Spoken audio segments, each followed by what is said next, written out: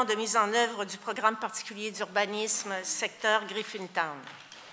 Merci de l'intérêt que vous portez à cette consultation et j'espère que vous y participerez en grand nombre. La séance de ce soir se déroulera en français. Toutefois, les personnes qui voudraient s'exprimer en anglais pourront le faire. This session will be conducted in French, but if you wish to ask a question or address the Commission in English, you are welcome to do so. Je m'appelle Francine Simard, je suis commissaire à l'Office de consultation publique de Montréal. Madame Isabelle Beaulieu, la présidente de l'Office, m'a confié la présidence de cette consultation, complétée par Marie-Claude Massicotte et Denis Leclerc. Nous sommes appuyés dans nos travaux par les analystes Soraya Boussetta et Joseph Chinda-Kenfo, que nous saluons. Je vous présente maintenant les représentants de l'arrondissement du Sud-Ouest et de la Ville qui sont là afin de répondre à vos questions sur ce projet. À la table, on retrouve Marc-André Hernandez, qui est directeur aménagement urbain arrondissement du Sud-Ouest. Bonsoir. Julie Nadon, qui est chef de division urbanisme arrondissement du Sud-Ouest. Bonsoir. Amélie Bergeron, chargée de projet service de l'urbanisme et de la modernité. Bonsoir.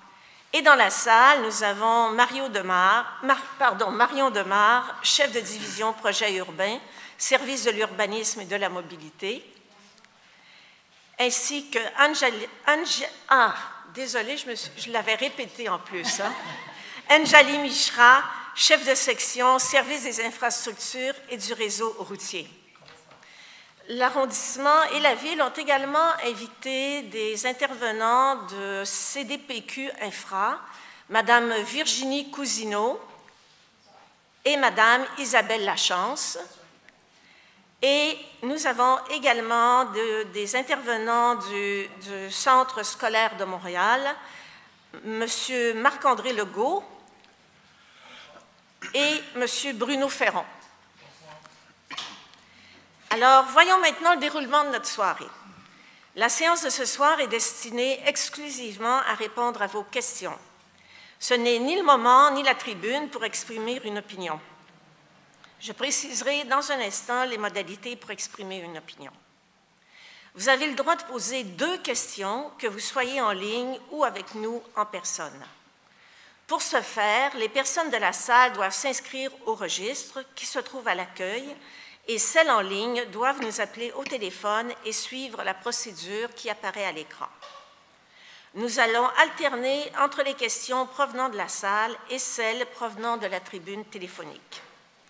Si vous avez plus de 2 questions, vous devez vous réinscrire au registre pour les gens dans la salle ou retéléphoner pour les personnes en ligne. Dans le cas où les représentants municipaux ne sont pas en mesure de répondre à votre question, ils devront y répondre par écrit dans les prochains jours. La réponse sera déposée au dossier de la documentation de la consultation à l'adresse que vous voyez à l'écran. Si nous n'arrivons pas à répondre à tous ce soir et qu'il se fait tard, nous tiendrons une 2e séance sur Zoom pour que les personnes inscrites au registre puissent poser leurs questions. Voyons maintenant comment procéder pour exprimer une opinion. Vous pourrez le faire à partir du 8 juin et jusqu'au 17 août. Pour ce faire, vous avez 3 possibilités. Vous pouvez nous faire parvenir un mémoire. Vous pouvez venir présenter une opinion orale auprès des commissaires avec ou sans document écrit à l'appui. Vous avez jusqu'au 17 août pour vous inscrire en téléphonant au numéro qui apparaît à l'écran. Les séances d'audition des opinions débuteront le 23 août. Enfin, vous pouvez aussi répondre sur notre site Internet à des questions thématiques, par exemple patrimoine, mobilité ou aménagement de l'espace public, que nous adressons aux citoyens. Suite à l'audition des opinions, les commissaires procéderont à l'analyse des opinions qui auront été soumises, rédigeront un rapport et formuleront des recommandations. La présidente de l'OCPM soumettra le rapport à la mairesse de la Ville de Montréal, rapport qui sera rendu public 2 semaines plus tard. Je rappelle que les rapports de l'Office ont une valeur consultative. Les décisions finales appartiennent aux élus. Nous sommes maintenant arrivés à la période des questions et je rappelle que les représentants de l'arrondissement et de la ville sont prêts à y répondre.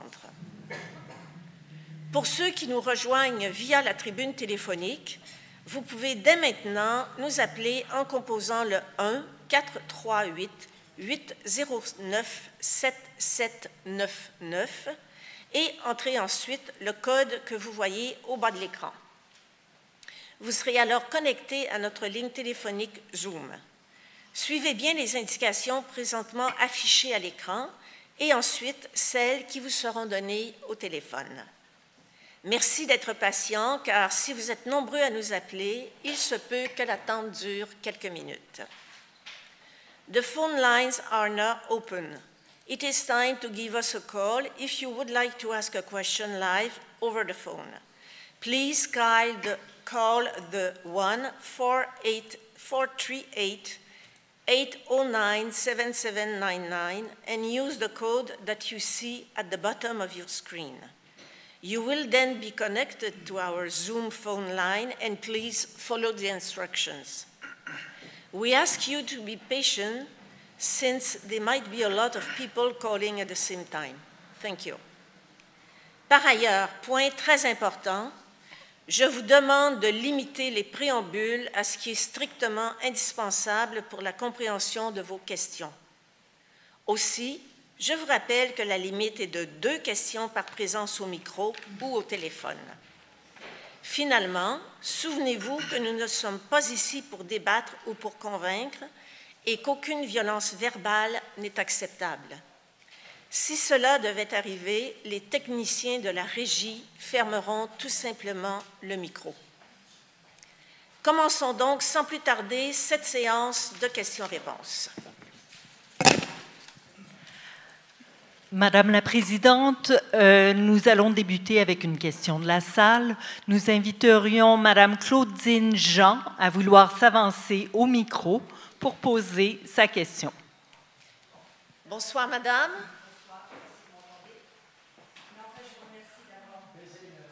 Oui.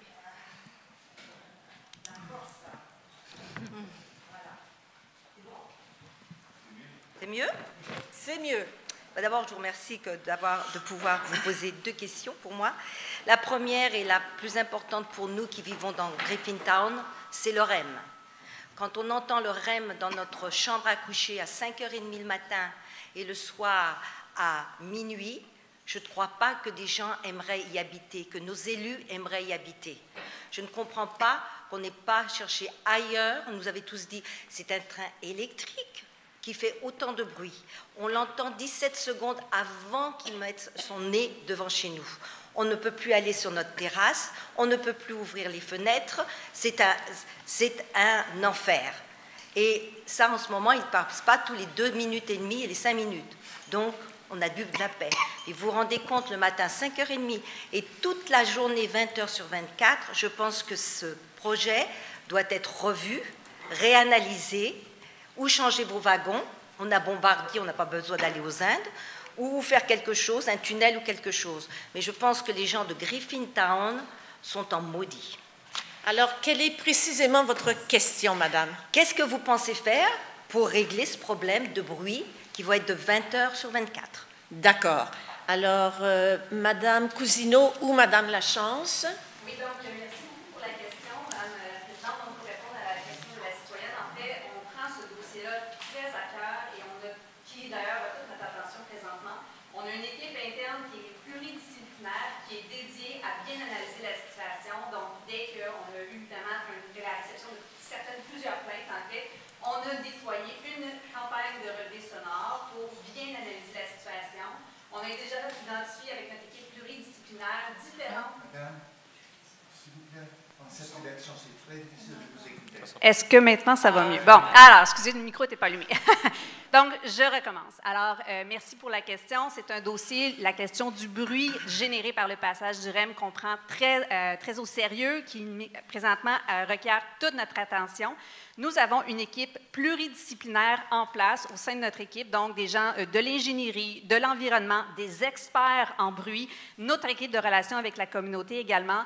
Et là, nous, on est en train de mener une une deuxième campagne sonore pour bien documenter la situation. On va se baser sur les faits, on va se baser sur la science. Le bruit, c'est une science très complexe et on a déjà différentes solutions qui ont été identifiées. Alors là, nous, on est sur le point de compléter les relevés sonores dans un objectif d'analyser la situation et de pouvoir identifier les bonnes solutions aux bons endroits parce que la topographie change, le REM a différentes aussi insertions urbaines. Donc, je tiens à mentionner que c'est très prochainement, on veut revenir auprès de la population et on veut faire aussi un retour, on est très attentif à faire un retour personnalisé aux personnes qui nous contactent sur cet enjeu-là, mais je cherche à dire qu'on est vraiment en mode recherche de solutions, la bonne solution au bon endroit.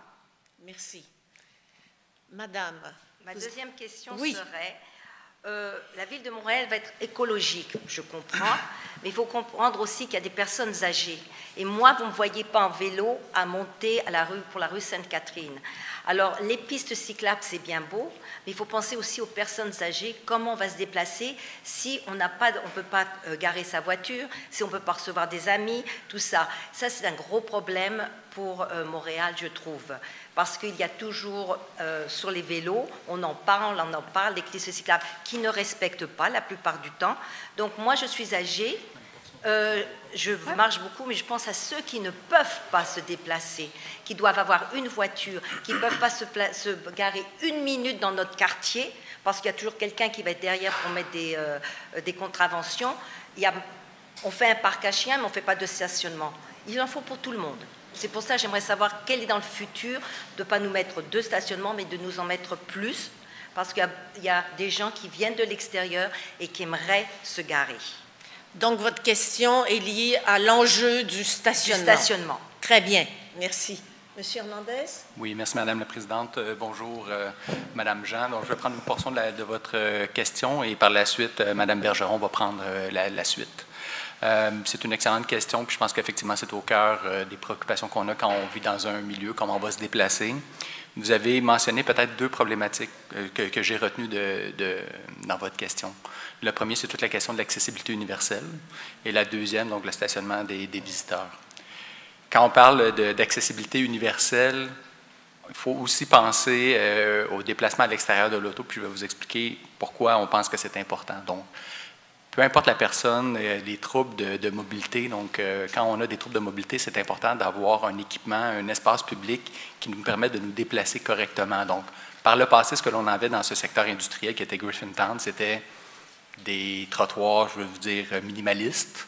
Quand on était chanceux, on avait 1,5 mètre avec un poteau d'Hydro-Québec à l'intérieur, donc impossible de se déplacer dans certains endroits, soit avec chaise roulante ou autre, excusez-moi, aide au déplacement qui est requis quand on a des problèmes de mobilité. Le pari que l'on a fait, c'est vraiment de donner plus d'espace, vous avez raison, au vélo, mais surtout aux autres déplacements actifs, que notamment pour les piétons. Donc, je pense pour la question de l'accessibilité universelle, les gestes qui sont faits s'inscrivent dans cette réflexion-là. Vous dites stationnement courte durée, c'est une problématique que l'on a effectivement identifiée et on augmente les espaces de débarcadère, on augmente les espaces de stationnement courte durée, les espaces fonctionnels.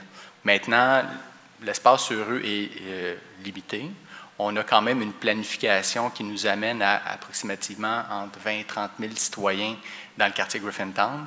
Même si on revenait à une grille de rue très généreuse en stationnement, jamais l'offre de stationnement serait équivalente à l'ensemble des citoyens qui pourraient avoir un véhicule. Donc, ça fait partie de la planification qui a été déposée en 2013 où on essaie de trouver un mode d'aménagement qui se distingue du modèle conventionnel. Les projets privés ont toujours l'opportunité de faire du stationnement. Les premières phases qui se sont construites, les enjeux que l'on a eus, les stationnements qui étaient construits n'étaient pas achetés par les résidents. Et donc là, ça a amené une situation où, effectivement, peut-être que les nouveaux projets offrent moins de stationnement privé. Donc, si on a un véhicule, je crois que notre responsabilité première, c'est effectivement de se trouver notre propre stationnement, donc de s'acheter une place de stationnement. Pour les visiteurs, c'est beaucoup plus complexe. L'offre sur rue est très limitée, vous avez raison. Excusez-moi. Il y a quand même une offre tarifée qui existe, que ce soit dans des stationnements privés, tarifés, ou publics. Donc, on a augmenté aussi l'offre de stationnement régulée par les parcomètres. Cette régulation-là, ce qu'elle permet, c'est d'avoir un plus grand nombre de personnes qui vont utiliser la même place en limitant l'utilisation. Donc, c'est possible quelqu'un qui va venir visiter 3 heures d'utiliser ces espaces-là. Donc, c'est pas mal ce que l'on a dans la réflexion par rapport au stationnement. Pour la portion plus aménagement, je vous regarde, Oui, Mme Bergeron, je ne sais pas, Amélie, je ne sais pas s'il y avait un complément que tu voulais ajouter. Bien, je trouvais que votre réponse, Marc-André, était très complète. La vision du projet d'aménagement, c'est de revoir le partage de la rue au profit des mobilités douces, donc transport actif, les piétons, les vélos, le transport collectif. Peut-être en guise de complément à ce que M. Hernandez a mentionné, c'est qu'on est en transition en ce moment. Un projet urbain, c'est un projet qui se déroule sur de nombreuses années. On est à mi-parcours. Donc, les bonifications, les ajustements vont continuer d'avoir lieu dans l'aménagement des rues, des espaces publics. C'est un bon élément. Je pense aussi que la situation est exacerbée par les chantiers. Là, on est conscient, là, on le sait, il y a beaucoup de chantiers privés, il y a beaucoup de chantiers publics en même temps. Ça augmente la pression sur la rue. Mais à la base, donc, la conception du quartier, ce n'était pas une conception de quartier qui était axée sur chaque résident, son véhicule et une place de stationnement sur le domaine public, mais plutôt une réallocation de cet espace-là pour d'autres modes de transport. Ça ne répond pas tellement à mes questions, mais je reviendrai. On sera là toute la soirée. Merci. Merci. La prochaine personne est Monsieur Jeffrey Stanley. On vous invite à aller au micro. Merci. Oui, bonsoir. Bonsoir. Bonsoir. Nous vous écoutons. Donc, moi aussi, ma question va se rapporter au REM. Plus précisément, j'aimerais souligner que le train passe jusqu'à 1h30 du matin, pas jusqu'à minuit. Et en passant, fait jusqu'à 75 décibels à 1h du matin et à 5h du matin. Donc, on perd du sommeil. Je me suis plaint. J'ai eu des réponses comme quoi il n'y a aucun standard pour le niveau de bruit qui s'élève durant la nuit. Donc, je me pose la question, ou je vous pose la question, est-ce que vous considérez que c'est normal qu'un train qui passe à 1h30 du matin, à 5h du matin, fait un bruit jusqu'à 75 décibels? Alors, Madame Cousineau. Oui, merci beaucoup pour la question. Donc, je veux vous rassurer sur une chose. Il y a un cadre réglementaire dans lequel le REM doit opérer. Ce cadre réglementaire nous pose des limites d'impact sonore. C'est un cadre qui a été déterminé par le gouvernement du Québec suite à un décret environnemental. C'est la raison pour laquelle on est en train de mener ces fameuses campagnes sonores pour bien comprendre l'impact qu'il y a évidemment dans vos communautés. On a déployé des sonomètres. On sait que la problématique aussi peut être en hauteur versus évidemment une perception au sol du bruit. Mais donc, la réponse, c'est plus que des standards, c'est un cadre réglementaire qui nous est imposé et dont on a l'obligation de rendre des comptes autant auprès de la population et bien entendu auprès de l'autorité compétente qui est le gouvernement du Québec. Alors, je veux juste vous dire, et je réitère, c'est un dossier qu'on prend très à cœur, qui présentement retient toute notre attention et on est vraiment en train d'évaluer la situation très précisément avec les mesures pour pouvoir identifier les bonnes solutions aux bons endroits. Moi, je ne trouve pas ces standards-là appropriés. Donc, vous, la Commission, qu'est-ce que vous pensez de ces standards-là? Monsieur, nous sommes ici pour entendre vos questions. Alors, qu'est-ce que vous pensez des standards auxquels le REM est Nous ne pouvons pas répondre à ces questions. Nous ne sommes pas des spécialistes. Est-ce que vous pouvez parler des standards, Madame Cousineau? Oui, en fait, dans le fond, c'est un cadre réglementaire qui est imposé selon les normes du ministère des Transports du Québec. Ces normes-là, donc, autorisent dans les secteurs qu'on appelle des récepteurs sensibles. Donc, entre autres, les résidences le long du tracé du REM dans Griffintown sont des récepteurs sensibles. Et on doit, avec les mesures qu'on fait, déterminer si on a un impact significatif pour les résidents riverains. Donc, un impact significatif, il y a toute une grille très... Je vous le dis, la science du bruit, c'est assez complexe, mais il y a une grille qui a été élaborée et à partir de 3 ou 4 dB ou 5 dB, on considère qu'on a un impact significatif, ce qui enclenche le déploiement de mesures d'atténuation. Donc, ces normes-là, elles sont, comme je vous dis, édictées par le gouvernement du Québec et on a un suivi environnemental qu'on doit faire. Je veux vous assurer qu'on prend toutes les mesures pour s'assurer qu'on respecte ce cadre-là et si jamais il y a encore des dépassements d'impact significatif, on déploie les mesures. C'est exactement l'exercice d'analyse qu'on est en train de faire. Mais donc, la Ville de Montréal, ils n'ont pas d'opinion là-dessus. Moi, quand je regarde des normes dans les autres quartiers, ils considèrent que n'importe quel bruit dans un quartier résidentiel qui va par-dessus 55 décibels la nuit, ce n'est pas acceptable. Donc, moi, je ne comprends pas pourquoi la CDBQ puis le REM se tient à des normes différentes. Donc, votre question est? Bien, pourquoi le REM est tenu à un standard différent que le reste des citoyens puis des... Alors, en fait, quelle est la différence entre les normes à la Ville de Montréal et les normes de... Bien, ils passent par la Ville de Montréal. Je veux dire, Griffintown, c'est un quartier de la Ville de Montréal. Donc, pourquoi il n'y aurait pas à se tenir aux mêmes normes? Monsieur Hernandez, est-ce que... Oui, merci, M. Jeffrey. Peut-être une portion de réponse. Pour ce qui est des équipements de transport, il n'y a pas de disposition applicable. Donc, c'est-à-dire, il y a les services policiers là, qui peuvent intervenir sur des véhicules, mais si, admettons, la rue Notre-Dame, il y avait des véhicules qui passaient et que ça générait un bruit de 75 décibels, les dispositions de notre règlement sur le bruit, ce pas des éléments qui sont applicables. Et c'est le même item pour les voies ferrées. Hein. Ben oui, ça l'est. Je veux dire, si un commerce qui est... Monsieur, on n'est pas là pour émettre des opinions. Alors, vous avez posé vos 2 questions. Merci.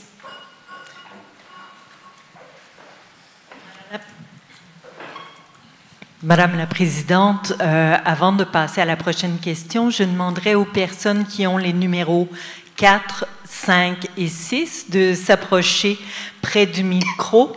Et pour le moment, on invite Pierre Saint-Cyr à poser ses questions. Bonsoir.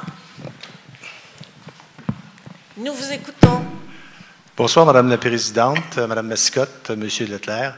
Alors, Pierre Saint-Cyr, résident du Griffintown depuis 14 ans et demi, puis résident de la portion nord-est, donc j'habite à 148 pas de l'immeuble ici. Puis comme disait Madame, faisait référence au terme personne âgée, alors je me présente comme étant un des 6 % des résidents du Griffintown qui sont âgés de plus de 60 ans. Alors, un commentaire si vous permettez, un commentaire très court de contexte sur l'OCPM et le lieu où se tient la rencontre. Et deuxièmement, une question qui va être aussi brève. Alors, je ne sais pas si vous, de l'OCPM, êtes conscient que si on peut tenir un événement dans l'immeuble Rodier ici ce soir, c'est parce que M. Georges Coulombe a investi dans l'immeuble, lui a donné une nouvelle vie.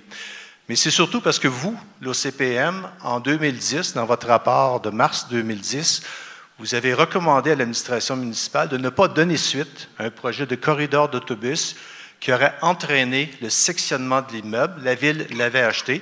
Mais juste mettre en contexte. Alors, finalement, grâce à l'OCPM, l'administration a pris une décision qui a fait en sorte qu'il n'y a pas eu de corridor d'autobus. Donc, si on est ici ce soir, c'est grâce à vous, l'OCPM. Merci.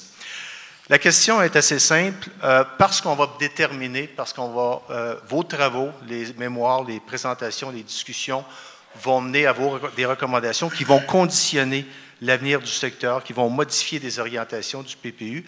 Est-ce que la Commission, est-ce que l'OCPM peut obtenir de la Ville-Centre et de l'arrondissement l'engagement qu'il n'y a aucune autorisation autre que pour les projets déjà entrepris, déjà publics? Il n'y a aucune émission d'autorisation de type PIA, PPC-MOI, règlement d'occupation du domaine public, pas plus qu'il y aura de la Ville-Centre ou de l'arrondissement des ententes concernant des aliénations de terrain, des baux ou des amphithéoses. Alors, M. Saint-Cyr, les questions doivent être dirigées vers la Ville-Centre ou l'arrondissement. Alors, quelle est la question que vous souhaitez poser à l'arrondissement ou à la Ville-Centre? Alors, la question à l'arrondissement et à la Ville-Centre, c'est est-ce que ces 2 instances-là peuvent fournir l'engagement qu'elles ne prendront aucune décision, aucun engagement qui a trait à des émissions, à des autorisations de construire, de développer ou des aliénations de terrain, de baux, d'entente pour des projets qui ne sont pas encore connus. C'est clair? Avant le dépôt du rapport.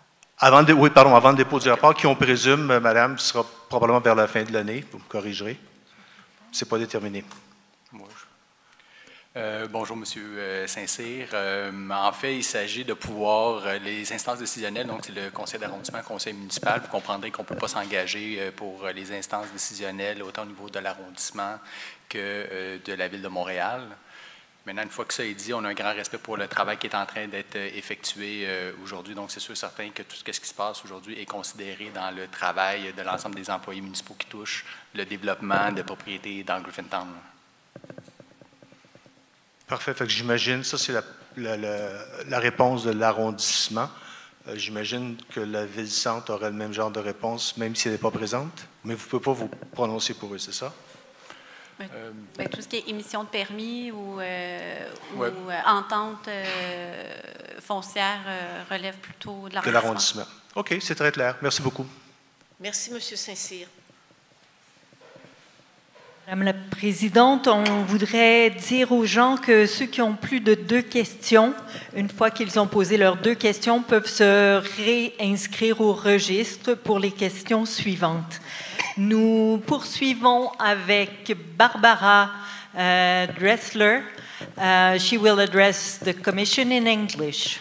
Non, je vais le faire en français. Très bien. Le faire en français. Bonsoir et bienvenue. Est-ce que ça va comme ça? Oui. Oui. Ma question, c'est comment est-ce que vous proposez de garder le développement de tout le Griffintown à l'échelle humaine, c'est-à-dire pour sauvegarder la qualité de vie dont nous sommes, que nous avons maintenant. Comment est-ce que vous allez proposer avec les soumissions, quand vous allez les accepter ou non, respecter les ratios qu'il y a de hauteur de building et la distance entre les buildings.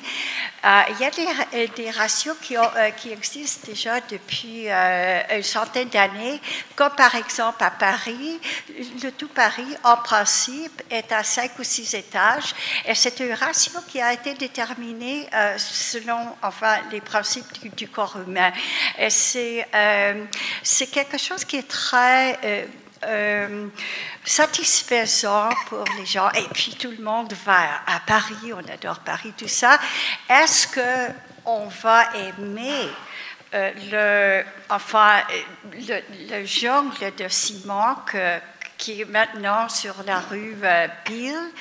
On ne veut pas continuer de cette manière-là.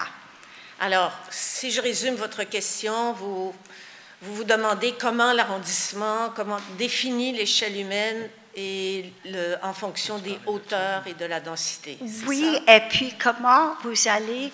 Alors, une question. Oui. Ben, ça pourrait être votre deuxième question. Non, pas une deuxième question, tout simplement, pas déterminer, mais respecter. D'accord, très bien. Et comment respecter ses intentions? Madame Nadon, Monsieur Hernandez? Je laisserai une première partie à Mme Nadon, puis je compléterai. Très bien. Donc, effectivement, l'exercice qu'on tient avec l'OCPM, c'est justement pour voir comment on peut, je dirais, créer un cadre bâti où on va maximiser, je dirais, la perméabilité du quartier, rendre cette échelle humaine-là vraiment perceptible, améliorer les dialogues avec les bâtiments, entre autres patrimoniaux. Donc, c'est vraiment l'intention derrière l'exercice de voir comment on peut, tout en ayant un cadre de hauteur ou de densité, maintenir un milieu à échelle humaine. D'ailleurs, c'était, je dirais, la première prémisse là, qui a été faite là, au niveau du PPU. Donc, c'est je dirais, une ligne directrice qu'on souhaite maintenir et qu'on veut justement voir comment on peut encore plus la mettre, je dirais, en application. OK. Ma deuxième question est agencée à la première question, et c'est: est-ce qu'il serait possible de diviser un petit peu dans dans votre planification, au moins de ne pas répéter ce qui est déjà là, c'est déjà là, mais voir à partir de, mettons, la rue Richmond, d'appliquer d'autres règles que ceux qui ont été appliquées dans ce secteur-là. Parce qu'à partir de là, ou peut-être on peut dire la rue Mountain, quelque chose comme ça, ce n'est plus le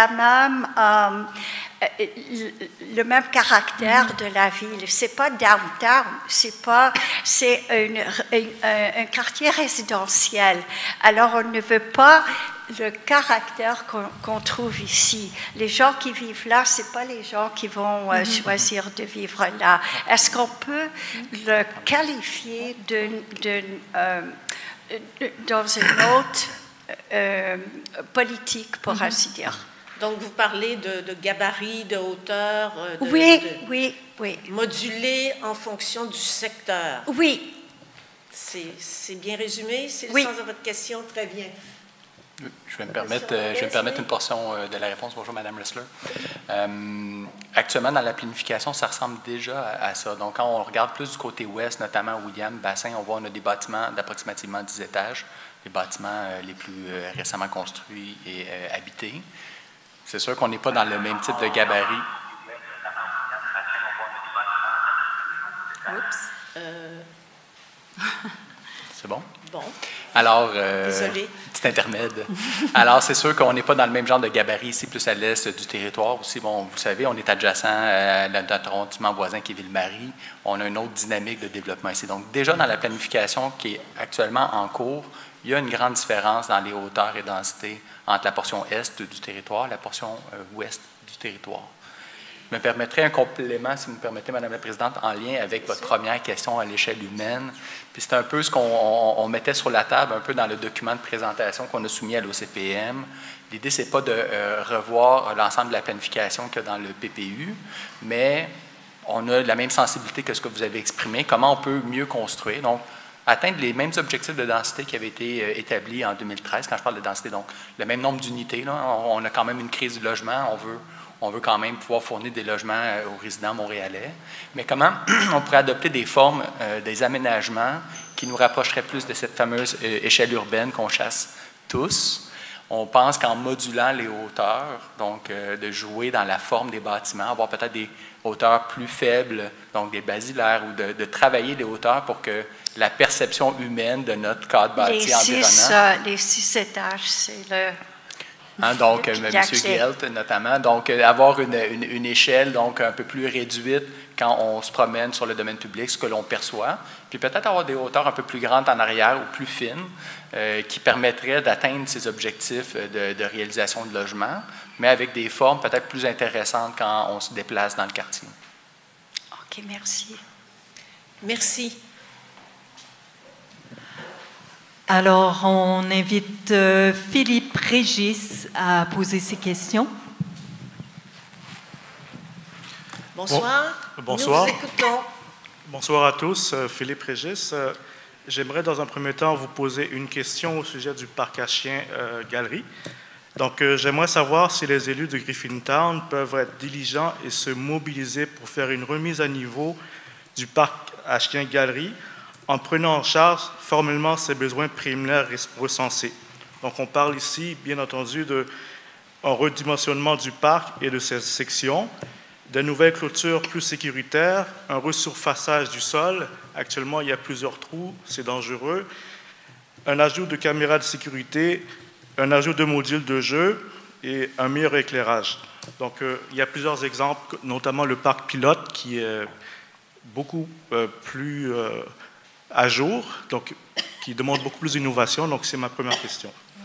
Donc, vous parlez de remise à niveau du parc à chiens, incluant la sécurité et le mobilier urbain. Exactement, oui. Alors. C'est une très bonne question, M. Régis. Je ne serai pas à même de vous répondre ce soir, mais on va vous revenir formellement. C'est sûr qu'actuellement, dans le quartier, on est beaucoup plus sur l'entretien. Pour nous, c'est très important. Puis l'équipe de la direction des travaux publics à l'arrondissement Sud-Ouest est très mobilisée pour avoir des équipements qui restent de qualité.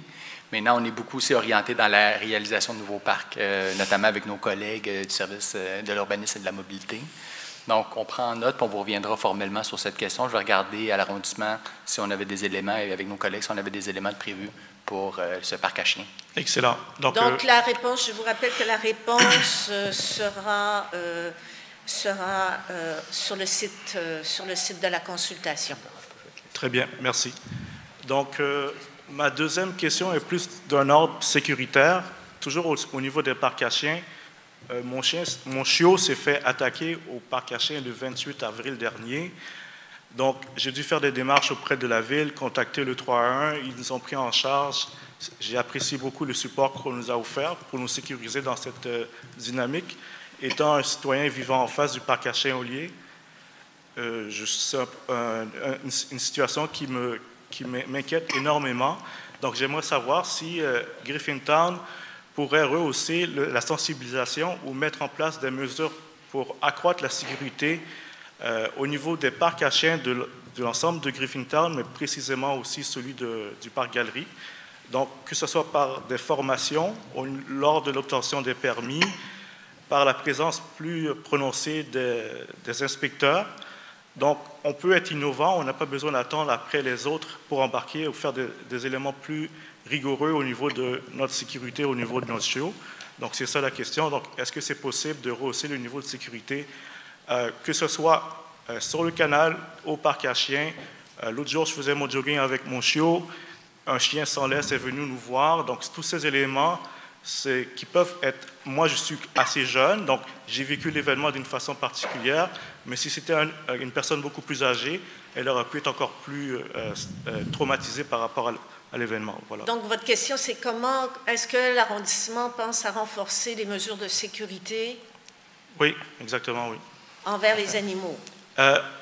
Au parc à chiens, précisément, est-ce que la Griffintown peut mettre en place des mesures plus sécuritaires ou sensibiliser, agir de façon préventive à ce type de situation? D'accord. Oui, donc par rapport effectivement à toute la question de la cohabitation avec les animaux, les propriétaires d'animaux, effectivement, parfois ça peut devenir un enjeu. On est déjà conscient qu'il y a certains enjeux pour le parc à chiens. Je ne saurais pas vous dire si c'est déjà débuté, mais je sais, on est en discussion. C'est l'escouade canine, dans le fond, à la Ville de Montréal, qui s'occupe surtout de des situations plus problématiques. Donc, probablement que dans votre cas, quand vous avez contacté le 311, c'est des gens de l'escouade canine qui sont intervenus.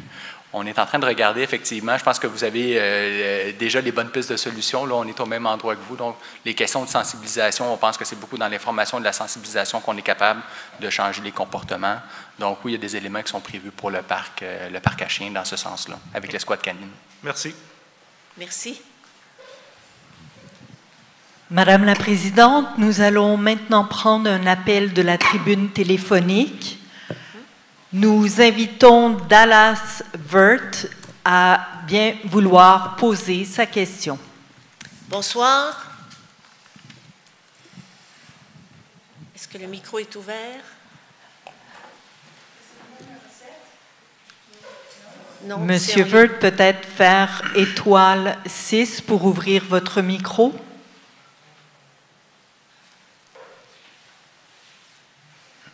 Nous vous entendons. Nous vous écoutons. Monsieur Vert, on va passer un appel à la... Oui, bonjour. Oh, voilà. Bonsoir. Merci. Bonsoir. Bonsoir. Vous m'entendez? Oui, nous vous entendons. Oui. Donc, Alors, j'aimerais savoir comment est-ce que la Ville va s'assurer que nous n'allons pas avoir le même aménagement qui est sur le coin de Wellington et Peel. Parce que cet endroit-là est rien d'intéressant. Vous avez donné feu vert aux constructeurs de construire des tours de 20 étages et je crois que ça n'apporte rien à la communauté. Ce qui est à l'ouest de la rue du Séminaire est intéressant. Je pense pour l'avenir, vous êtes dans la bonne direction. On a des parcs, on a des endroits intéressants. J'ai une question. J'aimerais juste m'assurer qu'est-ce que vous allez faire pour les constructeurs privés pour s'assurer qu'ils rentrent, parce que le problème qu'on a à Griffintown présentement, c'est qu'il y a une apparence lourde, c'est-à-dire il y a une densité, il y a les édifices qui sont proches un de l'autre et on a besoin de l'espace pour qu'ils respirent. On a besoin de l'espace vert, des arbres. Comment est-ce que vous allez vous assurer que les constructeurs privés sont responsables pour introduire un peu plus de terrain au sol, d'espace au sol, pour créer un sens d'ouverture, pour que les gens puissent circuler et que ça soit un environnement agréable? Alors, M. Hernandez, oui. Oui, bonsoir, M. Wirth. Donc, je ne sais pas si vous avez eu la chance, je ne sais pas si on est en direct, en fait, Madame la Présidente. Okay. Oui. Je ne sais pas si vous avez eu la chance d'entendre ma précédente intervention, mais ça recoupe un peu. Donc, je comprends un peu ce que vous mentionnez, peut-être l'aspect un peu massif de certains projets. Dans le document de présentation qu'on a soumis à l'Office pour discussion, c'est un peu la question qu'on pose. Comment on peut travailler les volumétries pour amener un peu plus de légèreté dans les projets qui sont réalisés. Une fois que la direction sera prise, donc on aura une entente sur le type d'intervention qu'on désire sur notre territoire, suite à la consultation, on a des outils qui nous permettent d'encadrer les projets, là, juste pour être très, très clair. Donc, minimalement, on a des outils qu'on appelle les plans d'implantation et d'intégration architecturale. Donc, tous ces projets-là doivent respecter des objectifs et des critères quand même bien définis pour s'assurer de la qualité du projet et de son insertion. Ça passe dans un processus où le dossier est soumis pour recommandation à un comité constitué de citoyens, le comité consultatif d'urbanisme, et par la suite soumis à l'instance décisionnelle qui, dans le cas présent, est le conseil d'arrondissement pour autoriser la réalisation de ces projets. Donc, dans les outils législatifs, on les a. Pour la forme qu'on désire avoir, mais c'est un peu le propos que l'on a ce soir avec les citoyens. Là. Comment on peut travailler des projets d'une nouvelle manière pour amener plus de légèreté dans la réalisation des projets dans la forme urbaine, tout en atteignant nos objectifs de réalisation de logement. Est-ce que vous avez une seconde question? Oui, M. Hernandez, je sais très bien, merci. Par exemple, le projet qui était situé près où était la ville de Montréal pour le terrain pour les chevaux, qui est au coin du bassin et Robinson, je crois, c'est qu'il y avait une consultation concernant un édifice qui était pour être 20 étages. Et ça, je trouve ça absurde parce que l'excuse qu'on nous a donnée, c'est que ça donnerait une belle vue sur le Mont-Royal. Donc, ça permettrait aux gens d'avoir 20 étages, mais on aurait une vue sur le Mont-Royal. Ce que, sur ce terrain-là, c'est un très beau terrain avec plein d'arbres près du site archéologique, près du pont. Je ne sais pas si vous avez pris ce petit pont où on peut marcher ou même traverser en vélo du nord au sud qui rentre sur le canal. Mais à votre côté droit, c'est plein d'arbres avec le canal. C'est une vue magnifique. Et je trouve que construire une tour de 20 étages, ça serait absurde. Ça serait vraiment pas représentatif de ce qu'est Griffintown. On m'entend? C'est un commentaire. Je peux peut-être me permettre une petite portion de oui, réponse d'une question que j'aurais pu percevoir. C'était qu'est-ce qui pourrait être construit sur cet espace-là? Donc, si on parle, dans le fond, effectivement, de mémoire, je crois que l'adresse était le 1820 des Bassins. Vous avez référé aux vues sur le Mont-Royal, peut-être juste pour mettre un peu en contexte. Il y a plusieurs documents de planification qui doivent être respectés quand on développe à Montréal. Un de ces documents-là, c'est le plan d'urbanisme de la Ville de Montréal qui prévoit des vues protégées à partir du Mont-Royal et vers le Mont-Royal. Donc, dans la mouture du projet qui, effectivement, n'a pas été réalisé, là, il y avait une opposition citoyenne qui était légitime, puis donc le projet n'a pas été de l'avant. Donc, la proposition, c'était de concentrer les hauteurs sur le bâtiment dans un endroit qui n'avait pas d'impact ou qui minimisait les impacts sur les vues du Mont-Royal, à partir du Mont-Royal et vers le Mont-Royal dans le quartier. Donc, c'est cet élément-là qui était proposé par le promoteur dans le projet. Qui n'a pas été réalisé, qui n'a pas été approuvé, qui n'a pas été réalisé. Merci. C'est que je pense ce soir, c'est que vous avez le feedback de plusieurs citoyens et je trouve que c'est important de de continuer dans l'avenir, d'avoir des espaces verts, d'avoir un sens d'ouverture dans les édifices qui vont être construits, où il va y avoir de l'espace au sol, où on peut avoir de la verdure, des arbres et une meilleure qualité de vie pour les gens de Griffintown. Alors, merci beaucoup de nous avoir appelés. Merci pour vos questions. Alors, on invite Madame Christine Dubois à s'approcher au micro. Merci. Bonsoir. Bonsoir. Ma question est à peu près comme les autres. C'est quelles sont à ce moment-là vos normes pour combattre les îlots de chaleur qu'on a à ce moment-là? Est-ce que c'est inclus depuis quelques années? Ça, c'est ma première question. Alors, ouais, peut-être ça sera bicéphale un peu parce qu'il y a autant des interventions sur la propriété privée que sur la propriété publique. Je vais commencer avec la propriété privée. Donc oui, c'est aussi un élément qui nous préoccupe. On aura aussi à l'arrondissement nos normes de verdissement, notamment quelque chose d'assez novateur, donc on appelle le facteur de résilience climatique. Je ne me suis pas trompé, ma collègue est bien contente.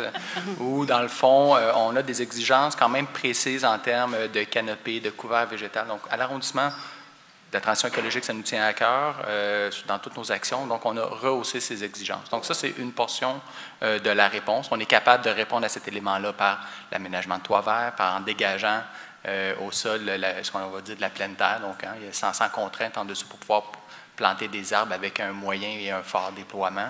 Donc ça, c'est des mesures qu'on sait qui sont efficaces pour réduire la température ambiante, donc pour contrer les îlots de chaleur.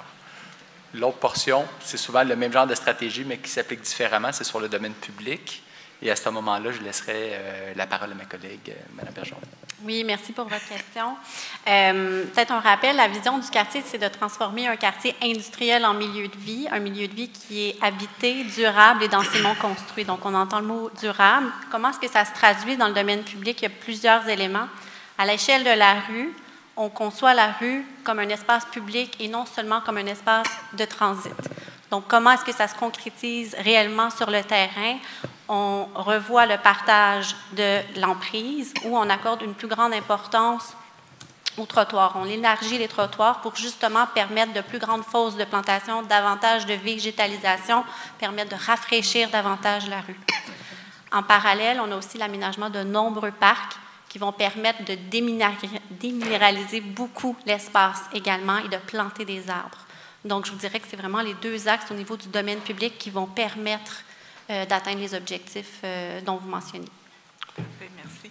Ma deuxième question, je sais que Griffintown, il y a un plan de développement sur X années et qu'on veut implanter mettre beaucoup de personnes ici. Est-ce qu'à un moment donné, dans ce plan, par exemple, tous les 5 ans, vous revisez, vous dites, bon, peut-être qu'il y a peut-être un peu trop de monde? Je ne sais pas. Est-ce qu'il va y avoir ce genre de réflexion que vous pouvez faire tous les 5-10 ans où vous êtes obligé de ce qui a été demandé au début, il y a 10 ans, de le faire? Donc, vous parlez de densité. De densité par rapport avec le plan. Et est-ce qu'à ce moment-là, tous les 5 ans, on revoit le plan pour l'améliorer peut-être et revenir sur certaines décisions du début qui avaient l'air bien, mais que... Très bien. Alors, je vais en prendre une partie si jamais j'ai apporté peut-être un complément. C'est sûr certain que Griffintown, c'est un quartier qui, on va dire, qui est très vivant dans tous les sens du terme, notamment dans son développement. Bien sûr, tout ça est monitoré autant à l'arrondissement que chez nos collègues du SUM. Une fois que ceci est dit, la planification qui a été faite a quand même été réfléchie avec les constructions que l'on voit apparaître aujourd'hui. Donc, les trames de rue, les interventions, notamment comme on a parlé de verdissement, de changer le caractère des rues, je dirais industriel moche, je vais le dire, à quelque chose de vraiment intéressant, milieu de vie complet, complexe. Et aussi tout l'aménagement des parcs. Donc, tous ces éléments-là, tous les besoins ont été planifiés là, dès 2013 pour le quartier. Donc, jusqu'à maintenant, on ne voit pas d'inadéquation entre l'historique de développement que l'on vit actuellement et ce qui avait été planifié et les équipements qui vont être livrés dans les prochaines années. Peut-être même pour la densité humaine? Oui, effectivement. Donc, quand je parle d'équipement aussi, c'est effectivement là, c'est pour les habitants qui que l'on a estimé qui habiteraient le quartier, effectivement. Là. Bon, d'accord. Merci beaucoup. Merci.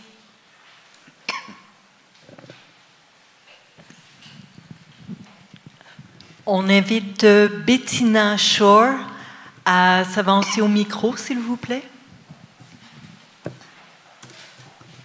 I'm going to give my question in English. I just forgot my question. Oh, I know what it is. Yes, I would like to make a little preamble first. I've spent time in Tucson, Arizona, where there is no graffiti. And I asked why. And they said, well, we keep our spray cans of paint. It's harder to do, I guess, in Montreal. But they keep them behind, locked up. And you have to sign for them and be over 18 if you buy spray cans of paint. I don't know whether there are any other possible measures of controlling the graffiti.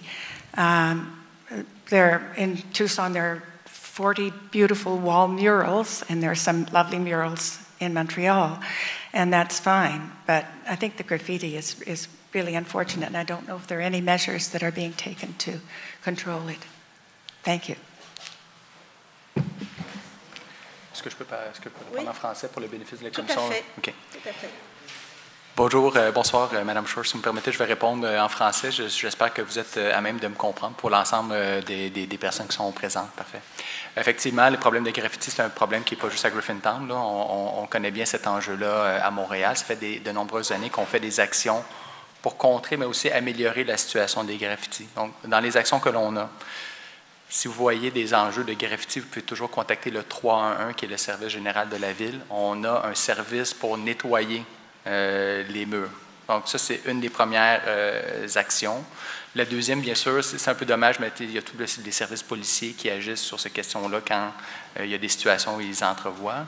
Et le troisième, c'est nos programmes de murales. Vous l'avez mentionné. On a des programmes de murales, notamment nos collègues aux services centraux. Donc, il y a des sommes qui sont disponibles dans certaines catégories de murales.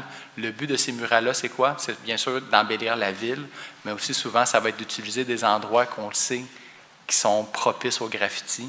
Normalement, il y a un respect qui se développe entre artistes. Un mur qui fait l'objet d'une murale a beaucoup moins de chances de subir des graffitis. Et on applique cette stratégie-là, je pense, au bénéfice de tous les citoyens, autant à Griffintown, on devrait à Griffintown que dans le reste de l'arrondissement. Donc, je vous dirais que c'est les actions qui sont mises en place par rapport à la problématique de graffiti. Pleasure. Do you have another question? No? Alors. Okay. Okay. Oh. Hi, I'm Bruce Shore. Je m'appelle Bruce Shore. Je demeure des bassins et séminaires, mais nous demeurons dans Petit Bourgogne depuis plus que 30 ans, presque 30 ans. And thank you, Craig Sauvé, our councillor, for being here, and to you for listening. I will ask my two questions in English, but you can give the answer in any language that you like. First one, both my questions pick up the comments from our first speaker today about the REM and about parking. About the REM and about? Stationnement. Okay. Première question. For the first question, for the REM is, will the city and the arrondissement, the borough, consider asking REM to stop testing at night until they solve the noise problem? To give you some data, we sat in the Galerie, in the Parc St. Patrick over there on the canal with friends. When the REM passed, you cannot hear somebody from here to here. And I have pity for the people who live in the Peel Basin, in those new buildings with the train going right by their condos and hotel rooms and apartments. It's absolutely crazy. So my question is, will the city consider asking, stop the testing at 7 p.m. or something reasonable so people can sleep, and don't resume it and don't start service until you solve the problem of the noise? Okay. And that's my question. Okay. It's about the REM. Oui, merci. Donc, si vous permettez, Madame la Présidente, je vais également répondre en français. On est très conscient, je l'ai mentionné à plusieurs reprises, que c'est un dossier qui vous préoccupe. On a déjà ajusté justement le temps qu'on fasse nos mesures, qu'on fasse l'identification de l'impact, qu'on fasse l'identification de solutions.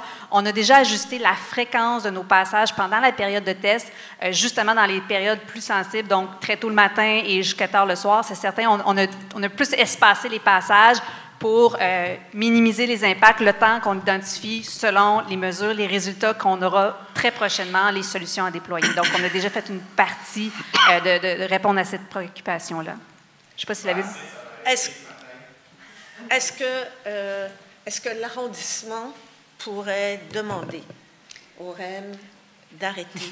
On peut passer à la cour pour demander. Parce qu'en fait... You can sue the REM to stop at 7 o'clock. En fait, le projet du REM, comme je le mentionnais plus tôt, est encadré par tout un décret environnemental qui relève du gouvernement du Québec, pour lequel on a un protocole de suivi avec des mesures, avec de la reddition de comptes. Donc, l'autorité compétente dans le dossier du REM, c'est le gouvernement du Québec, c'est le ministère des Transports, c'est le ministère de l'Environnement. Donc, c'est avec ces entités, ces autorités-là que les conversations se tiennent. D'accord. Merci. Bienvenue. Your second question is about parking? Just a comment on the answer. My question was, will the city consider, by whatever means, asking REM not to test at night? I hear what you say, it's fine, but just stop at night, it's too noisy. It's like a jet plane going over your apartment. The next question is about the parking. And my preface to the comment is, we knew it's going to be a problem. You put 10,000 housing units in a little neighborhood, parking will be a problem, fine. But I think there are too many number 50 zone spaces. I have one. We have it, so when we have a visitor, I park in a 50, and I put the visitor in my parking in the building. I would like, would the city, here, I have to put it as a question, would the city and the arrondissement please consider... Please address your question to the Commission, please. Will the Commission consider asking the city, and will the city listening on the side, consider revisiting the parking designations in Griffintown with a view to fewer number 50 spaces and a time limit between, say, 6 a.m. and midnight on the open spaces. Nobody parks more than 4 hours. The construction workers, people not using their garages. You can't have a visitor who lives in Dollard-des-Ormeaux or Saint-Hyacinthe to come and visit because there's no place to put their car. People are using the public space as a personal parking lot, and that's not appropriate. So was my question sufficiently as a question? Very clear. Okay. Hernandez. Oui. Thank you, and Craig is saying he heard it. Merci. Merci, Monsieur Sauvé. Merci, M. Shore. Effectivement, la question du stationnement est centrale. La question aussi de ce qu'on appelle les stationnements vignettes ou les S3R, donc c'est ce que vous référez, là, les stationnements avec les carrés rouges réservés pour les résidents.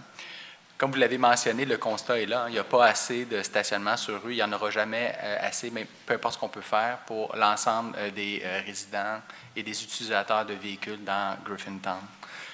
On s'est donné un axe de travail donc d'optimisation, donc vraiment s'assurer que l'ensemble des espaces qui pouvaient être utilisés soient utilisés et la meilleure utilisation, je vous dirais. C'est pour ça que tout ce qui est les besoins fonctionnels, livraison courte durée et autres, ont vraiment été priorisés parce que c'était ces éléments-là qui étaient le plus problématiques dans ce qu'on nous a mentionné par le passé dans le quartier. Tout ce qui était plus longue durée, on n'en a pas beaucoup. La décision a été prise effectivement de favoriser les résidents par l'implantation des vignettes.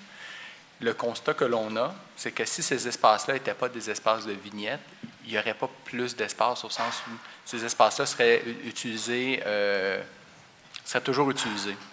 Maintenant, la question que vous posez, on se la pose nous-mêmes, comment on résout l'enjeu, puis ça a été mentionné plus tôt, des visiteurs, donc des gens qui viennent visiter le quartier. On est en discussion avec l'Agence de mobilité durable. Merci, j'étais en train de massacrer leur nom. L'Agence de mobilité durable pour voir quel type de réglementation ou d'encadrement on pourrait déployer sur le territoire pour répondre à ce besoin-là. On n'a pas la réponse aujourd'hui. On a 2-3 idées, je vous dirais, M. Shore, mais rien qu'on est capable de déployer maintenant. Mais c'est une question qui nous habite. Il faut vous réinscrire si vous voulez poser une question. Sinon, M. Shore, vous êtes citoyen de l'arrondissement, on peut s'arranger. On est disponible pour nos citoyens, on pourra discuter. Pour favoriser les résidents, c'est non seulement pour favoriser leur stationnement, c'est pour favoriser leur vie en général. Monsieur Shore, je suis désolée, je dois être juste envers tout le monde. Merci beaucoup.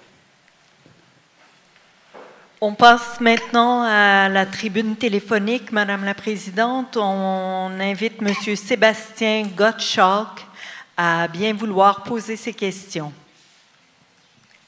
Oui, salut à vous. Ma question rapide, c'est pour le futur parc Mary Griffin, savoir les délais, quand ça va être construit. Je sais que ça doit avoir rapport avec la future station du REM, mais sur le site Internet, il n'y a aucune information. Là, la date est à venir, savoir s'il faut Très que mal la station... entendu le début de votre question. Pourriez-vous... Je suis désolée, je vous demande de répéter, s'il vous plaît. C'est pour savoir, pour le futur parc Mary Griffin, savoir les délais, quand ça va être construit. Ça fait comme 10 ans qu'on attend ce parc-là.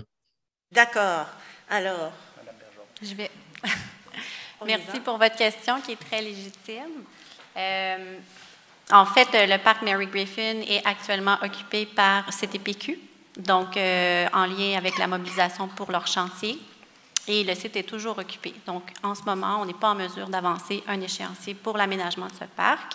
Il est quand même dans notre planification. On doit l'aménager, mais je n'ai pas d'échéancier à annoncer aujourd'hui. Votre seconde question? J'imagine que vous n'avez pas plus d'informations pour la future station du REM, quand elle va être finie.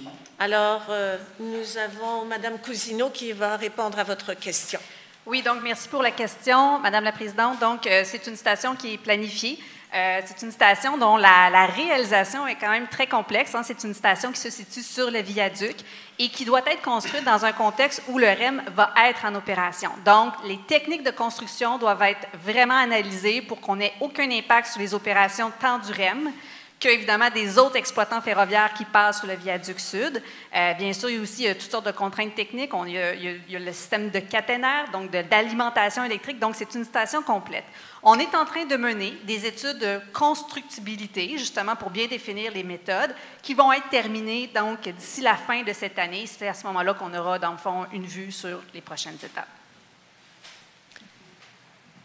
OK, merci. Alors, merci beaucoup. Bonne soirée. Nous restons sur la tribune téléphonique. On invite maintenant Anaïs Légaré-Moras à poser ses questions. Alors, bonsoir. Madame Légaré-Moras.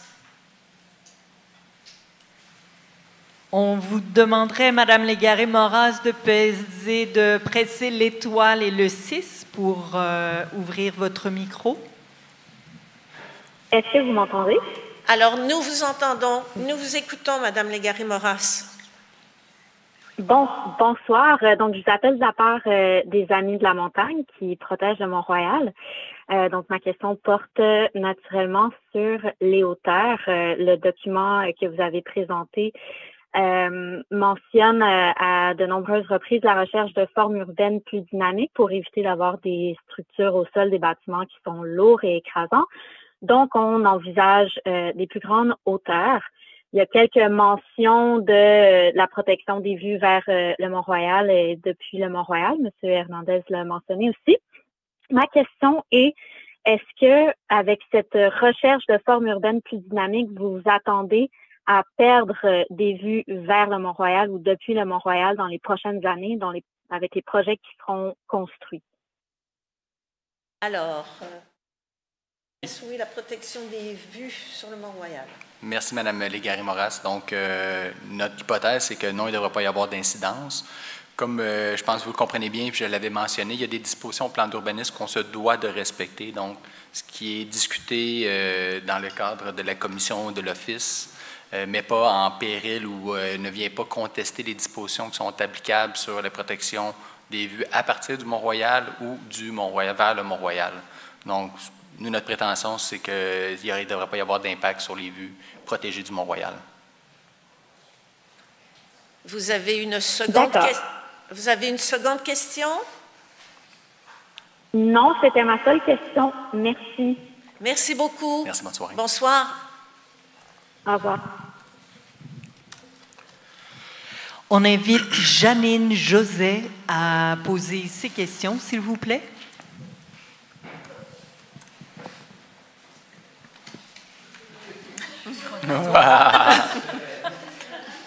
Un grand détour.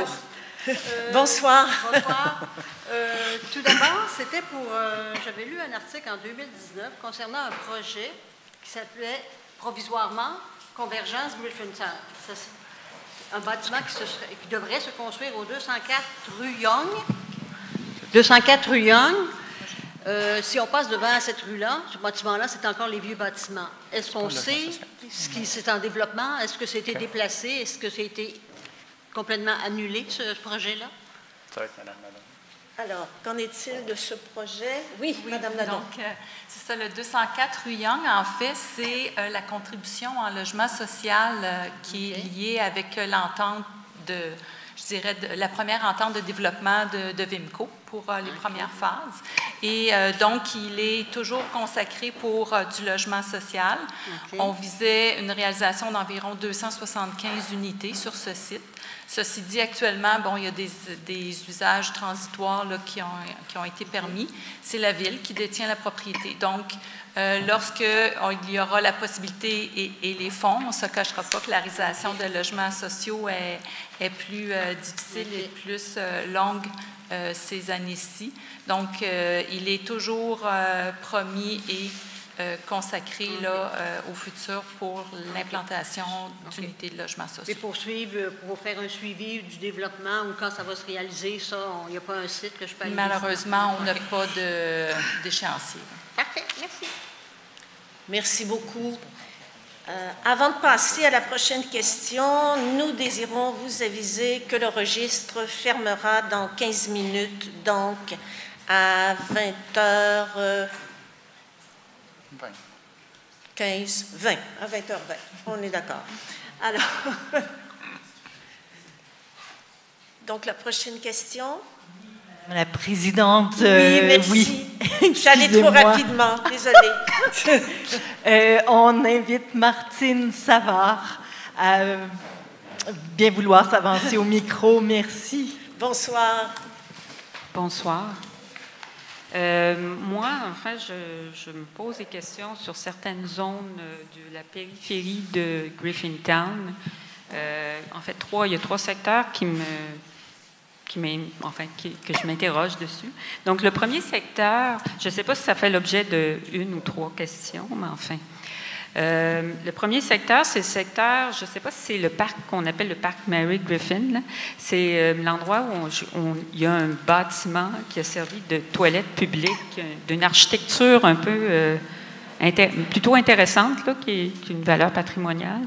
Et juste à côté, il y a un tunnel qui va être... donc, est-ce que c'est ça, le parc Mary Griffin? C'est Square Gallery. Hein? Square Gallery. C'est Square Gallery, OK. Ce secteur-là aussi est à proximité d'un autre bâtiment, qui est la tour d'aiguillage. Il semblerait qu'il y a un projet qui est en cours que la Ville veut développer dans ce secteur-là. Et je trouvais ça intéressant. Enfin, j'aimerais bien savoir un peu qu'est-ce qu'on projette de faire. Bon, je sais qu'il y a un parc qui va être aménagé juste vis-à-vis ce bâtiment-là. Qu'actuellement, le bâtiment, l'enveloppe est restaurée par le développeur du projet, l'édifice qui est juste à côté. Moi, enfin, je me posais la question, est-ce qu'on pourrait utiliser ces bâtiments, ces 2 bâtiments-là, comme des tiers-lieux? C'est-à-dire des espaces que les citoyens pourraient s'approprier dans le quartier. On a déjà le projet de MR63, le magnifique projet de MR63 qui s'en vient. Ça va permettre de donner une identité au quartier. Ça va être extraordinaire. Donc, pour compléter un peu ce besoin de lieux que les citoyens peuvent s'approprier. Est-ce que ça pourrait être considéré comme une option de faire... je ne sais pas exactement quel projet on pourrait faire là, mais est-ce que c'est dans vos intentions? Mais qui serait lié à la communauté. Oui, aux citoyens, un peu. Alors, Mme Nadon ou M. Hernandez? Je vais prendre une portion. Je vais commencer avec une portion de la réponse. Mme Savard, bonsoir. Puis, si jamais il y a des compléments. Donc, on parle du parc Square Gallery. Effectivement, il y aura un parc à cet endroit-là qui va être aménagé. Là, vous avez bien raison. Le bâtiment qui est dans le parc, on y réfère souvent comme étant les Vespasiennes, parce que, bon, ça faisait partie des programmes là, de bâtiment public d'une certaine époque à Montréal. Ce bâtiment-là va être cédé à la Ville de Montréal. Donc, ça va être une propriété de la Ville de Montréal. Ça fait partie d'une entente de développement avec un promoteur. Et donc, dans l'entente de développement, il y a une remise à niveau du bâtiment. Et par la suite, à l'intérieur, donc la Ville de Montréal va s'occuper d'aménager l'intérieur. Le but, on est en train de définir les vocations, mais on est effectivement, là, on est des espaces pour les citoyens. On pense peut-être à certains groupes communautaires qui offrent des services aux citoyens de première ligne. On est vraiment dans ce type d'occupation-là pour ce bâtiment-là. Pour la tour d'aiguillage, il y a une réflexion similaire, mais il y a comme eu peut-être une pause dans le projet. Donc, la session, la session où le leg de ce bâtiment-là s'est fait à peu près au même moment où le projet de REM a été déposé. Donc, c'est sûr, certain qu'avec la construction du REM, ça a rendu impossible les interventions dans le bâtiment pour une période de temps.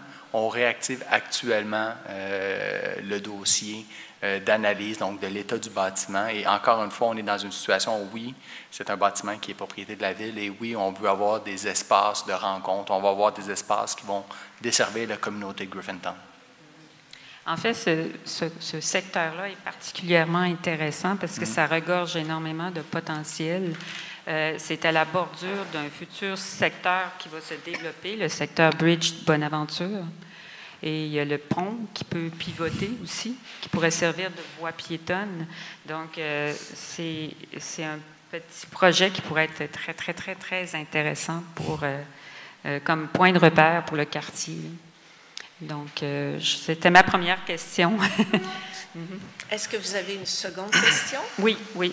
Ma deuxième question, ça porte dans le secteur qui est entre la bretelle, il y a l'autoroute Bonaventure et on voit ici la voie ferrée.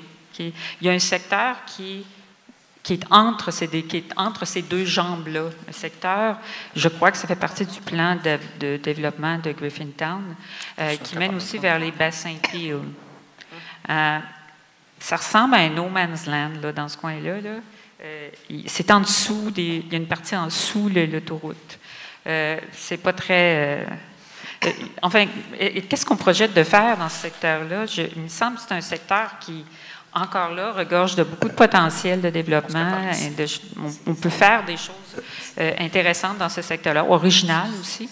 Mais j'ai vu dans le plan, je ne sais pas si c'est quelque chose qui reste, un vestige du reste du plan de développement, où on prévoyait mettre une école dans ce coin-là. Je ne sais pas si c'est toujours vrai, mais en tout cas, c'est peut-être plus vrai maintenant.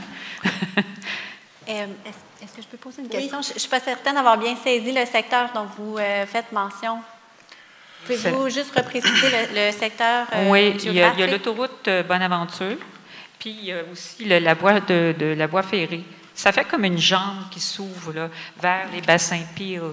OK. Donc, oui. Au sud de Wellington. Ça s'ouvre. C'est une zone triangulaire qui s'ouvre vers les bassins. OK, c'est bon. La rue? Brennan? Ouais, moi, je pense que c'est ça. Je pense qu'on est pas mal là pour se sauver. Ouais.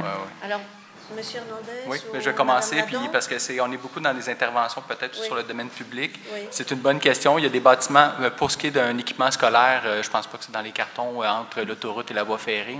On s'entend que ce n'est pas les sites privilégiés pour ce genre d'équipement-là. Oui, on voit du potentiel de réaménagement là. Donc, il y a quand même un terrain qui existe à cet endroit-là. Si je le délimite, là, c'est Brennan, Peel et la voie surélevée de Bonaventure.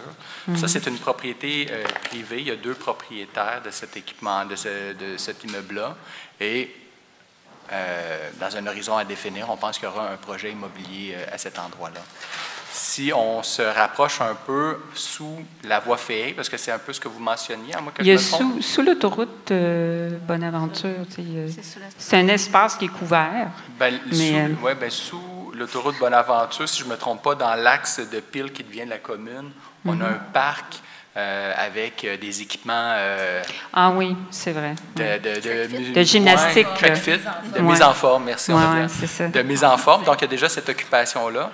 Mais oui, la Ville a un projet dans l'axe de la rue Smith, qui passe en dessous de la voie ferrée, donc il y a un espace un peu sombre juste avant d'arriver à la rue Anne.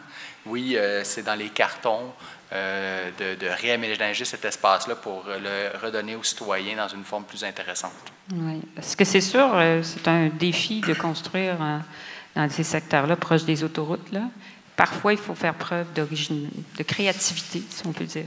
Bien, justement, l'équipement, si je peux me permettre, Madame la Présidente. Bien sûr, allez-y. L'équipement sportif qui est en dessous de Bonaventure, c'est une utilisation qui est très intéressante. Et moi, à chaque fois que je passe par là en utilisant la piste cyclable, il y a toujours au moins une personne par poste. Il y a vraiment un achalandage que jamais j'aurais pu croire de cet équipement-là à cet endroit-là. Donc, effectivement, je pense que des fois, il y a des idées intéressantes qui émergent de la communauté quand on est à l'écoute, puis qui sont très, très, très sollicitées.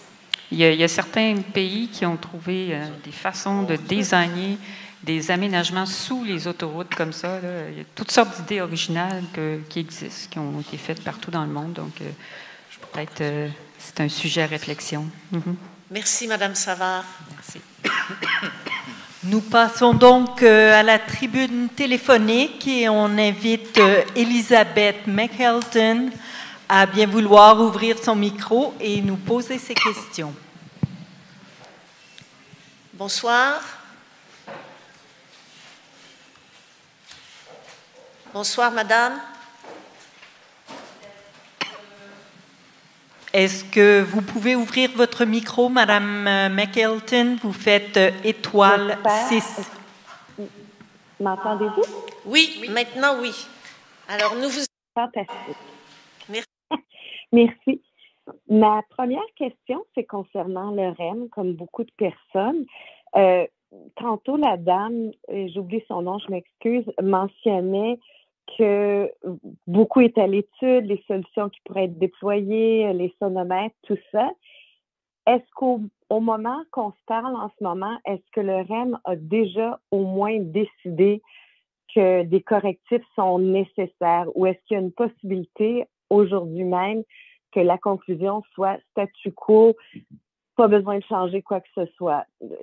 Parce qu'il y a ce que les autorités vont accumuler comme données, mais il y a sur le terrain ce que les gens vivent dans le quotidien qui est pas évident là en ce moment. Dino vous répond. Oui, donc merci pour la question. En fait, nous, on est à documenter la situation. Comme je l'ai mentionné précédemment, il faut bien comprendre dans quel secteur on a quel niveau de bruit. Selon la topographie, selon on est-tu en courbe, on est en ligne droite, c'est pas les mêmes solutions qui peuvent être déployées. Donc aujourd'hui, on est encore dans l'étape d'analyse, puis pour nous, c'est une étape qui est fondamentale de bien mener par étape pour être certain qu'on a des solutions durables à déployer aux bons endroits. Donc je vous dirais que pour l'instant, l'analyse qui est en cours, elle est vraiment importante, elle est stratégique.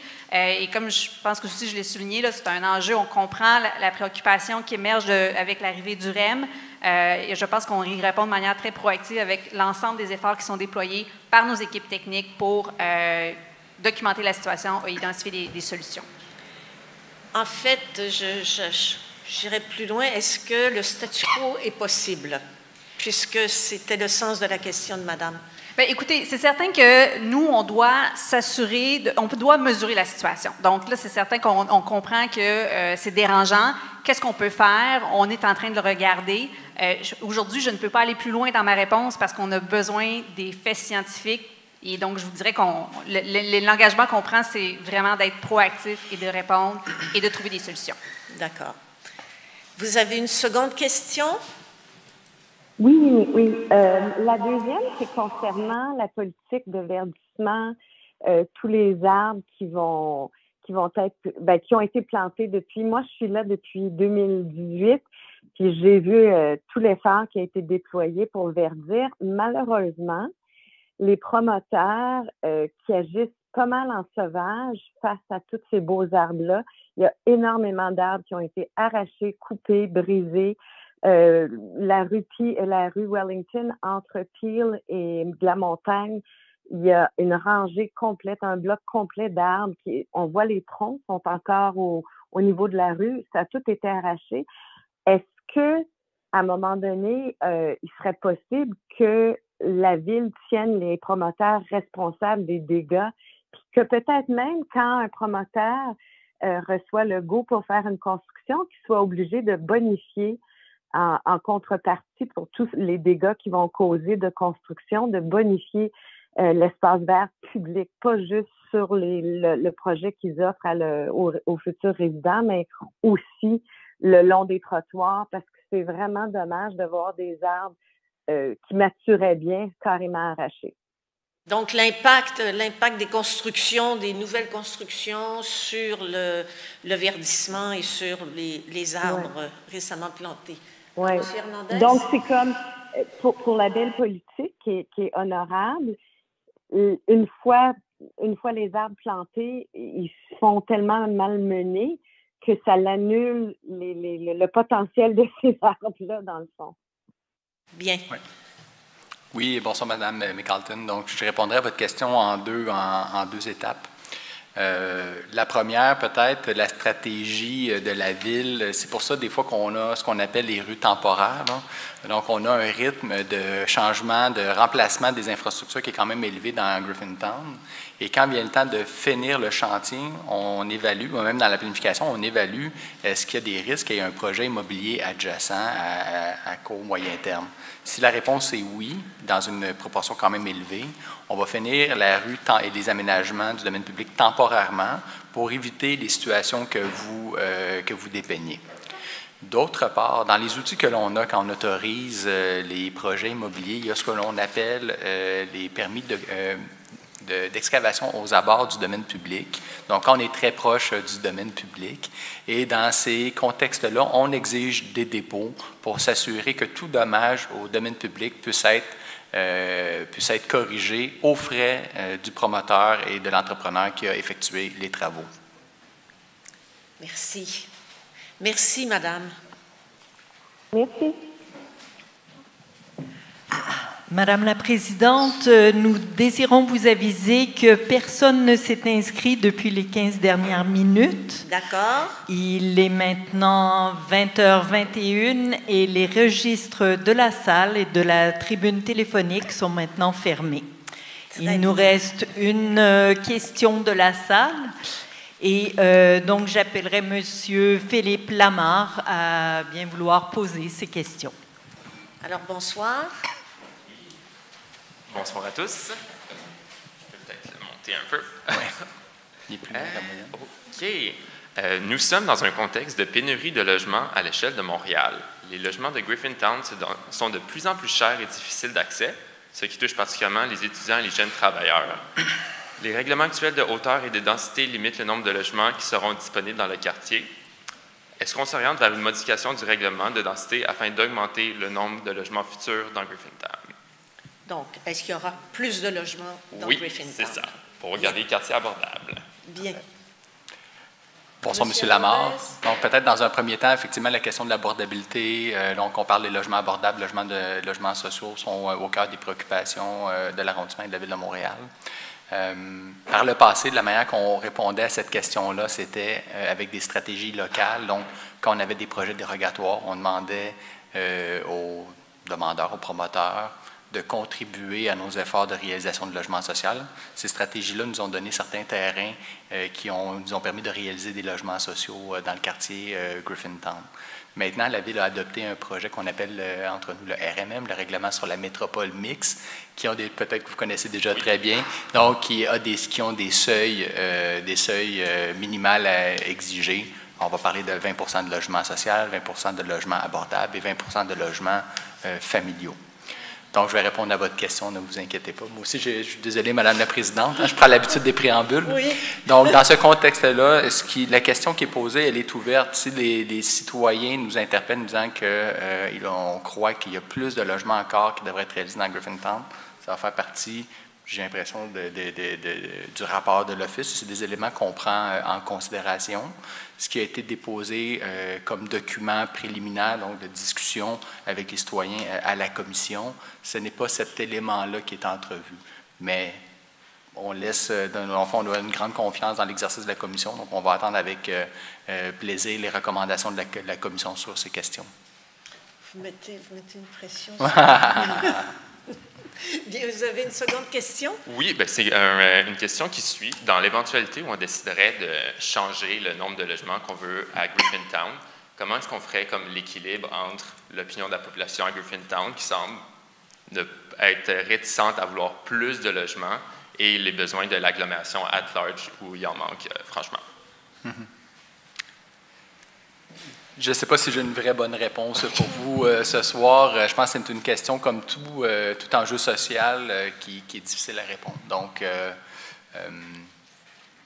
en tant qu'organisme public, en tant que arrondissement municipalité, c'est sûr qu'on a des décisions à prendre. Donc, l'administration et les élus des différentes instances. Les décisions qui sont prises sont au bénéfice de l'ensemble des citoyens de nos milieux de vie. Donc, ce soir, je ne suis pas capable de répondre à cette question-là qui est quand même épineuse, le point d'équilibre entre les différents besoins. On pourrait ajouter d'autres éléments à cette équation-là, puis c'est une question qu'on se pose tous les jours, que nos élus se posent tous les jours. Il y a où le point d'équilibre dans l'ensemble de ces besoins-là qui sont exprimés. Le but, c'est aussi de créer des milieux de vie d'une très grande qualité. Donc, ça fait partie aussi de la réflexion quand on a des décisions à prendre. Donc, jusqu'où on peut aller pour répondre aux différentes priorités politiques administratives et préserver une de ces priorités-là, qui est la qualité de vie des milieux de nos citoyens. Bon, merci beaucoup. Merci. Il n'y a plus de questions, je crois. C'est sur la rue Ollier. Vous étiez inscrite? Oui, j'étais inscrite pour le deuxième. Non, je me suis fait ça en... Voilà. Excellent. La question, j'habite sur la rue Ollier, donc on en a parlé pour ceux qui sont... pour ceux qui ont du mal à marcher et tout. Je vous dis, sur la rue Ollier, s'il y a 3 personnes de temps en temps, et on a un immense trottoir. Il n'y a pas, je ne comprends pas, dans un concept comme ça, il n'y a pas de stationnement pour les déménageurs, il n'y a pas de stationnement pour les livreurs. Donc, est-ce que, vu que la rue Ollier va être obligée de se refaire bientôt et qu'ils voulaient nous fermer notre garage, on ne sait pas comment on aurait pu faire pour sortir la voiture, j'aimerais savoir si la ville considère de revoir le projet de la rue Ollier censément, avec un plus petit trottoir, parce qu'il n'y a pas foule, hein, c'est pas les Champs-Élysées, et puis avoir, pour les gens qui veulent déménager, de ne pas monter sur le trottoir avec leur camion, ou pour livrer, il y a les gens qui se font livrer des choses, avoir au moins un concept et un peu d'indécence vis-à-vis des livreurs. Alors, comment sera réaménagée la rue Ollier? Oui, parce qu'ils doivent le faire bientôt. Ils voulaient la fermer complètement, la rue Ollier. Très bien. Ce sera Mme Bergeron. Alors, on y va. Oui, bonjour, je peux répondre à votre question.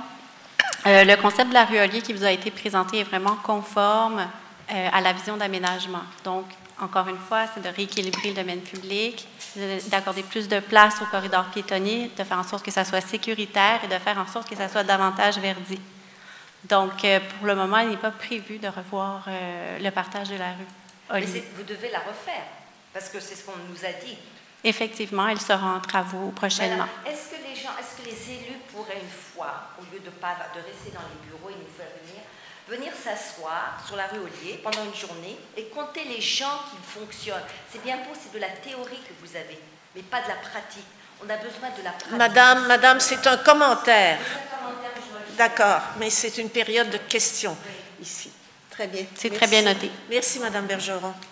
Alors, il n'y a plus de questions, je crois, mais mon collègue commissaire avait une question pour le conseil scolaire. Oui, oui, mon micro est... Merci, Madame la Présidente. Donc, pour les représentants du conseil scolaire, quel est l'échéancier actuel pour une éventuelle ouverture d'une école Griffintown?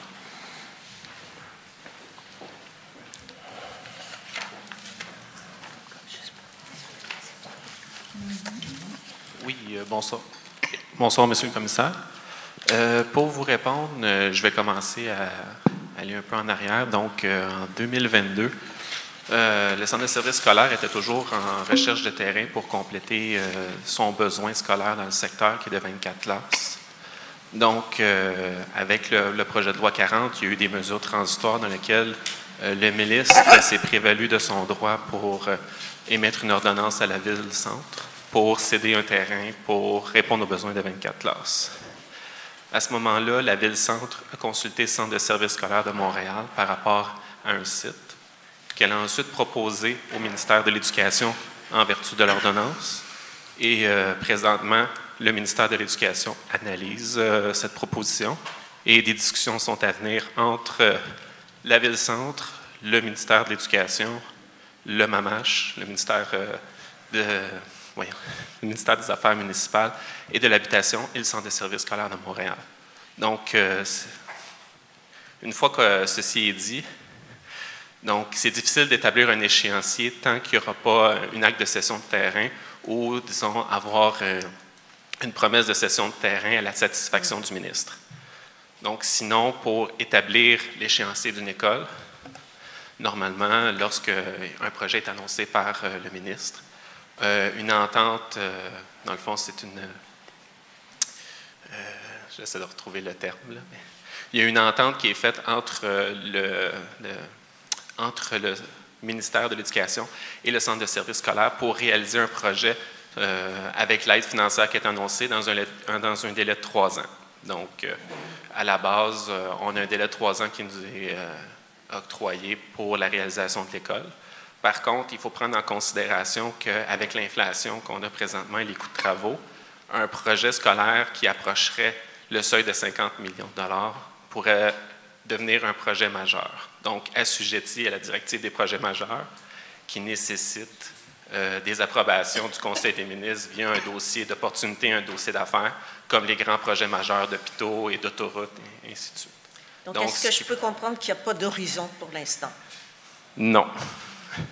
Et non, il n'y en a pas. Il n'y a pas d'horizon pour le moment. Donc, je vais juste informer la Commission des délais qu'on pourrait s'attendre. D'accord. Mais tant que la question de la cession de terrain n'est pas encore réglée, c'est difficile d'établir l'année à laquelle on peut avoir une école. Mais comme les citoyens de Griffintown et aussi l'arrondissement et la ville-centre, on a toute hâte de pouvoir annoncer cette école-là et de l'ouvrir pour le bénéfice de tous les citoyens. Merci. Alors, cette séance de questions-réponses est maintenant terminée.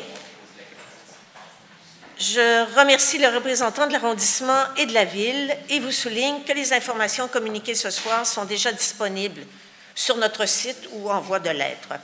Je rappelle qu'à partir de demain, donc le 8 juin, vous pouvez nous faire part de vos opinions. Et pour ceux qui souhaitent présenter une opinion devant les commissaires, j'ajoute les précisions suivantes. Les séances d'audition seront organisées à partir du 23 août et se dérouleront au bureau de l'OCPM. Pour prendre rendez-vous, vous devez vous inscrire avant le 17 août. Au nom de tous les commissaires, je vous remercie de votre participation et vous souhaite une bonne fin de soirée.